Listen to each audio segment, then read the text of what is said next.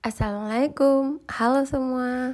Kali ini kita akan bikin kue srikaya gula merah. Tanpa telur, tanpa dikukus, tapi hasilnya benar-benar cantik, kenyal, lembut, dan enak.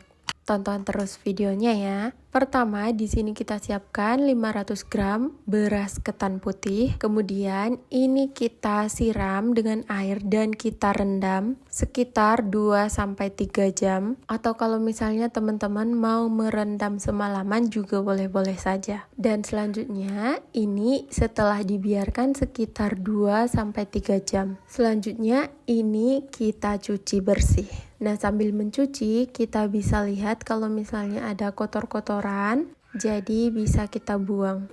Di sini saya mencuci berasnya sekitar 2-3 kali cuci sampai benar-benar bersih, tidak ada kotoran lagi. Dan jika sudah bersih, di sini saya saring berasnya seperti yang di video. Selanjutnya, ini berasnya kita masak. Untuk memasak, di sini saya memakai rice cooker. Kemudian saya tambahkan 500 ml santan, kemudian sekitar 1/4 sendok makan garam. Untuk santan yang saya gunakan tidak terlalu kental dan tidak terlalu encer juga ya. Dikarenakan tadi berasnya sudah direndam, jadi banyak air ataupun santan yang kita perlukan hanya cukup sebatas berasnya saja. Sambil menunggu berasnya matang, di sini saya panaskan air untuk merebus gula merah. Di sini ada sekitar 400 gram gula merah yang sebelumnya sudah saya iris kecil-kecil supaya nanti larutnya lebih mudah. Ini kita cairkan sampai tidak ada lagi gula merah yang masih padat. Dan jika sudah, kita matikan api kompor dan ini kita saring. Jadi mana tahu nanti masih ada kotoran pada gula merahnya bisa tersaring. Ke beras ketannya lagi, ini sudah selesai dimasak. Dimasaknya sekitar 25 menit dan ini sudah matang. Bisa dilihat beras ketannya matangnya bagus, pulen dan tidak hancur. Selanjutnya kita siapkan loyang ataupun tempat untuk mencetak beras ketannya. Di sini saya pakai loyang peta ukuran 20 dan bagian bawahnya saya olesi dengan kertas roti. Boleh juga menggunakan daun pisang. Dan kemudian setelah beras ketannya diletakkan ke loyang,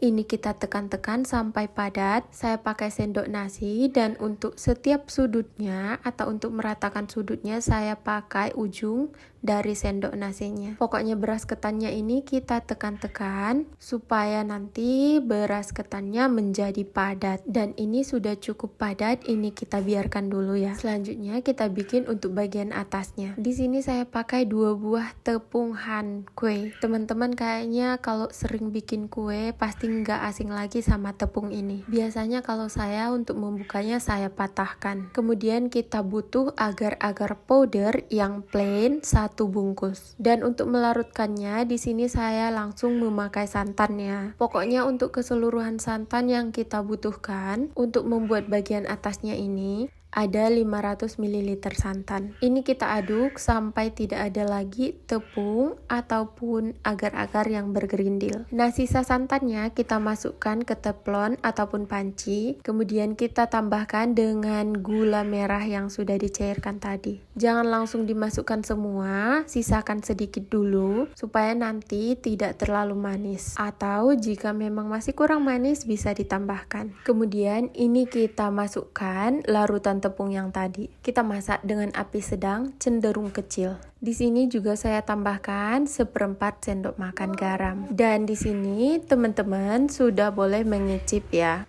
Apakah masih kurang manis? Jika kurang manis, boleh ditambahkan lagi larutan gula merahnya. Nah, seperti yang teman-teman lihat, di sini sudah mulai ada yang menggumpal atau menjadi agar-agar. Dan ini harus terus kita aduk, jangan berhenti. Jadi nanti semakin hangat atau semakin panas airnya, larutannya akan semakin menggumpal. Ini larutannya cepet banget teman-teman menggumpalnya. Jadi harus terus diaduk seperti ini. Nah, ini saya tambahkan lagi 100 ml air supaya agar-agarnya ini menjadi lebih halus teksturnya. Sedikit tips teman-teman, jangan masukkan larutan tepungnya atau larutan agar-agarnya pas santannya sudah panas ya. Karena nanti akan langsung menggumpal. Jadi lebih susah untuk mengaduknya. Dan ini adonan agar-agarnya sudah matang, jadi langsung kita siramkan saja ke atas beras ketannya. Ini kita rapikan bagian atasnya. Seperti yang teman-teman lihat, ini langsung mengental, mengeras, dan ngeset. Dan ini kita biarkan dulu 1-2 jam supaya nanti adonannya lebih kokoh. Dan ini teman-teman hasilnya setelah didiamkan sekitar 2 jam. Untuk bagian atasnya itu sudah menjadi padat. Untuk mengeluarkannya, tenang saja, ini tidak akan lengket. Tetapi untuk antisipasi, saya sisir lagi bagian pinggir-pinggirnya. Kemudian ini saya balik supaya nanti bisa dipindahkannya. Seperti yang teman-teman lihat, ini ngeluarinnya itu mudah dan gak ada yang lengket-lengket. Dan ini saya pindahkan lagi ke tatakan. Kemudian untuk memotongnya, ini saya garis terlebih dahulu. Saya bagi menjadi 5 bagian atau seperti yang teman-teman lihat ya. Untuk sisi yang lain juga saya garis terlebih dahulu supaya nanti potongannya lebih rapi. Jadi nanti hasil potongannya itu seperti peta. Dan pertama di sini saya potong-potong menggunakan pisau kue seperti ini, dan ternyata hasilnya agak susah dan memotongnya juga agak susah. Bagian atas kue srikayanya itu lengket pada pisau kue dan hasilnya malah jadi seperti yang teman-teman lihat. Kemudian ini saya ubah pisaunya menjadi spatula plastik seperti ini, dan ternyata ini lebih mudah dan hasilnya juga tidak berantakan dan lebih rapi daripada yang tadi. Dan ini saya lanjut potong semua sampai benar-benar selesai semua. Nah, untuk